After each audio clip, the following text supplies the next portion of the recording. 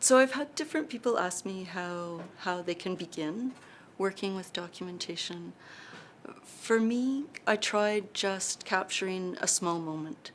So not thinking really as a big, long project or inquiry that you're trying to capture, but even just one moment of learning with the children or one area of your classroom, one center, and really slowing down and listening, not going in with your educator assumptions about what you think is going on, but really going in and listening closely to the children, taking pictures of the process and the expressions, not just the end product.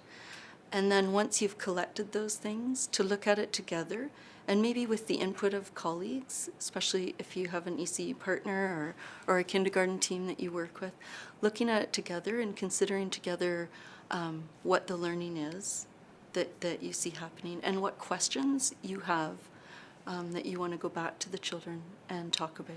For me, when I started doing that, and I think that's an important part of documentation, is that people think at first that you won't have time, right? And where am I going to make this time, and is it really valuable?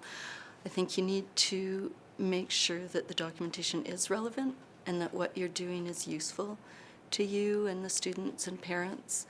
And so making time, it's working with documentation has just replaced other things that I used to do, because really it's just part of my planning for teaching. It's part of my assessment. It's part of the way I work with the children now. And it's replaced other time-consuming things that I used to do that I thought were valuable.